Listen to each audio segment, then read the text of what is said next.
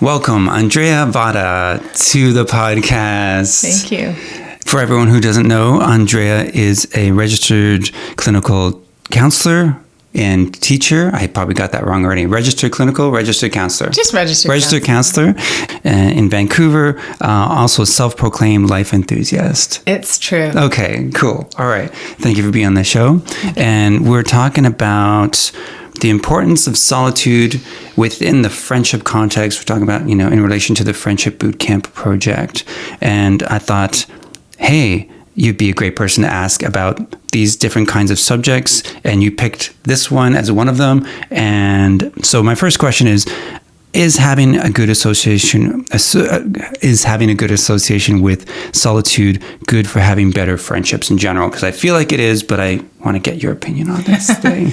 Yeah, I would agree that it can be extremely helpful in friendship to be able to experience solitude. In fact, it's probably one of the best ways to be a good friend, because you kind of have to know who the heck you are, right? And you need to nurture yourself and be able to find time for reflection. And if you're going to bring anything new to your friendship, you need to be doing that work with yourself first. Yeah, because sometimes I think that some people aren't good with solitude, and that's why they need to have people around them all the time. And maybe they're more the extroverts, but that's a big generalization, I guess, right? Because I know that some people have just a big level of difference association with the word solitude, like it's either a really good thing or a really negative thing, but not too much in the middle, maybe. I don't know. Yeah, I think it's like there's like a continuum in terms of like extroversion and introversion. And for myself, I would say that I probably err more on the introversion side. And so the nature of our friendships are bound to look different, right, along that continuum. And the necessity for that kind of alone time is probably going to be kind of like commensurate with wherever you are on that spectrum between being introverted or extroverted, right? Yeah. Because I know for sure that introverts draw a lot of their energy in order to be with others from that solitude space, right? Where extroverts may find that all of that energy really comes when they're around other people. So depending on where you find yourself, your need for solitude or your need for, stimulation from others is going to vary for sure. Yeah. So in terms of meeting with clients, right? I feel like you counselor people, you have this amazing insight into, people divulging a lot of things that you wouldn't hear necessarily in, regular society. So have you found that your clients have been mostly comfortable or not so comfortable with solitude? Yeah. I love your reference to like regular society. Like, yeah, I know. Like when you go into a counseling session, it's like you're getting locked into a vortex, It's like a quantum leap into somewhere completely different. I think it is. Yeah, well, I mean, it's this trust thing, right? Like, I mean, you can divulge all kinds of things, I think. And that's it's a great question. It's a deep question because I think we're all at different points in our own journey in terms of how closely we want to look at ourselves. And I think alone time being the stage, right, or the opportunity to do some of that introspection, it can be really scary, right? Because we're unfamiliar with it. Not because we're going to find anything super scary there, is what I've found in practice. It's more just the idea of like going inside, like, oh, the anticipation of that. And so a lot of people will distract themselves from going there, when ultimately, when you do go there, it's a beautiful place because it's where you feel the fullness of who you are, right? And think about how that benefits your friendships, right? Yeah. The more full that you become, then the more you have to offer to others, right? And it can really fuel friendships at a way deeper level if both people are kind of doing that introspection work. Yeah. And so do you think it's hard to say percentage or anything like that, but like, do you think a lot more people these days are getting more comfortable with solitude, or is there a trend sort of with that? I'm just getting word right now.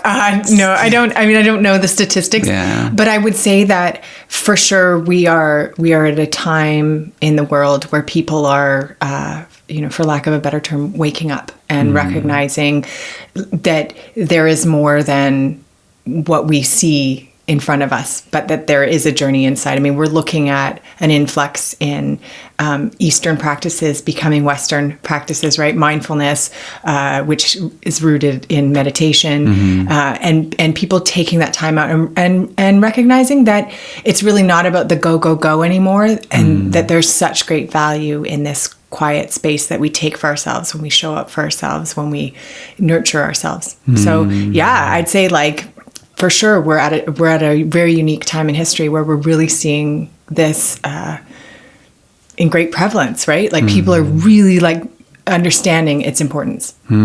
That's a good thing. Totally a good thing, all the way around for our own relationship with ourselves, but also for what we can bring to others too, right? And how we function inside, and when we're doing that work is how we show up in the world, right? So if we're doing that work and we're feeling real good and we're loving that person that, you know, that we're learning about inside, then that's really what we're putting out into the world for others. And that's pretty awesome. Yeah. I just thought of another question, so I'm going off question here. I know I sent you these questions in advance, but because, you know, when people find new friends, they could be so excited to spend time with them, and there's not an apparent frequency of how much they're going to spend with them, right? So I guess people could lose track of that other person needs their solitude, right? And they don't know how many other friends they already have.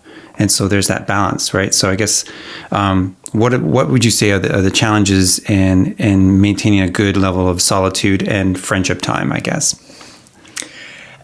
Again, I think it's going to vary, right? We talked about the continuum of introversion to extroversion. And so every person, every body is different, right? We're all unique in terms of what that composition looks like, where that balance is found. And so what's the best way to know?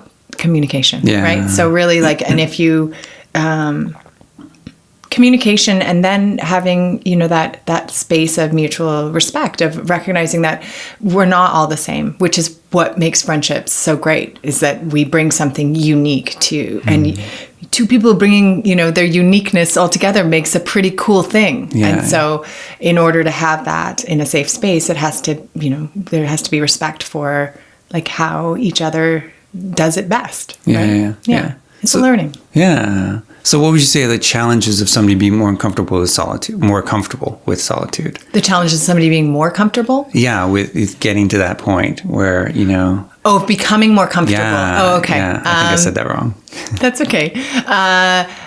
The challenges of becoming more comfortable. I think it's just, it really becomes a point of exposure. And so, as I had said earlier, sometimes we can feel, or I've had clients, myself even, you know, in doing this work, this inner work, it can be scary because we don't know it so well, because we've been maybe raised in a culture that didn't prioritize it. So now we're trying to go inside. We're like, oh, the door creaked, you know, like what's that down that dark hallway?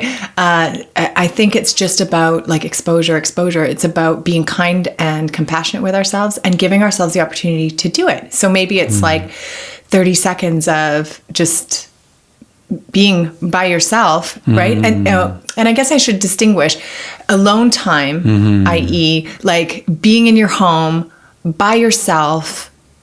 Yes, physically you are alone. Yeah. But if the alone time that I'm talking more about can be done 30 seconds in the car, in a mall parking lot with people, you know, traveling around you. It really, to me, when I think alone time, it's about time that I spend with myself, getting to know myself in a greater way or in a deeper way. So I think some people enjoy alone time physically, just being in their own space. I like to compound that, and I encourage others to compound that with then going inside, because often what we're finding now is that people want to claim that alone time for themselves. And what ends up happening is that they're alone, but they're like distracting themselves. They're like Netflixing, you know, binge watching something for 6 or 8 hours. And then they go back into the world interacting with friends and they're exhausted. Because they didn't take that time, which can sometimes just take 30 seconds to kind of go inside, check in, love yourself, give yourself a couple of squeezes, show some compassion, and then come back out and be in the world. Yeah, I love how you differentiated that, the quality versus quantity kind of aspect, right? Yeah, you can watch Netflix, whatever, alone. No offense to Netflix, of course. Love Netflix. Love Netflix. But yeah, what are you doing with that solitude when you have it, or that alone time when you have it, right?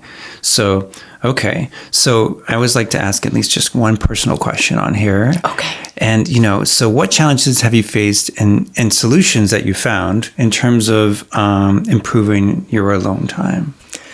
Oh, I think I alluded to some of those, personal experiences that I think initially in the journey, thinking that alone in body meant alone time. Yeah. And so went through that experience of like, hey, I'm going to distract myself from myself today, but I'm not with other people. And so I'm probably going to, energetically feel better. And I wasn't. Yeah. And so how that's impacting my friendships. It's impacting my relationship with myself primarily. And then secondary to that, it's impacting me. I don't have the energy that I need to be able to engage with my friends. And so then, they're feeling like, hey, hold on, why are you being so aloof? Why are you kind of snubbing me?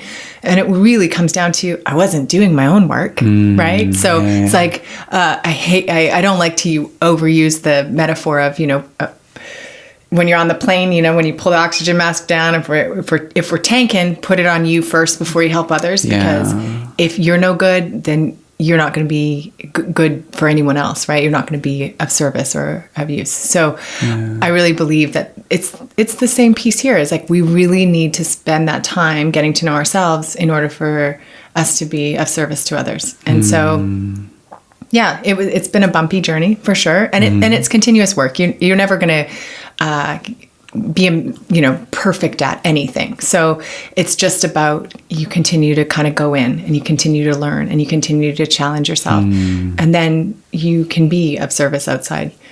So for sure that was a challenge. And for those of us maybe that even find some discomfort in going into that quiet space, I think one of the great things in the book, the Friendship Bootcamp book, that you point out was nature. And I love this because this is so accessible to everyone. And when we're talking nature, you don't need to hike into the mountains, right? If that's not your thing, really find a tree, some grass, right? There's probably a park nearby. If not, just step out onto the, meridian. Is it called meridian? Meridian. I always mix those two words up, but where there's some grassiness and a tree. Yeah. Median, I think. Yeah. Right.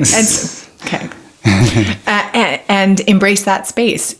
One of the greatest pieces about nature and the reason that we kind of feel refueled in that is because it doesn't require anything from us, right? We live in a world where there's so many things that we need to do, right? That we need to attend to. And so it's such a beautiful thing to be able to go out into nature and be like, hey, that tree doesn't need anything from me except for me to just be here. It's cool. Yeah, for sure. Yeah. Awesome. Thank you so much. I mean, I feel like we covered a lot. We did. We were very efficient. I feel like we've covered it in such a short amount of time that we've left just enough time for our viewers to just close their eyes maybe for 30 seconds and take a moment for themselves. Nice. See what I did there? Perfect. Hey guys, if you enjoyed this podcast, then please like and subscribe, and please help to support this project by donating on our Patreon page. Thanks.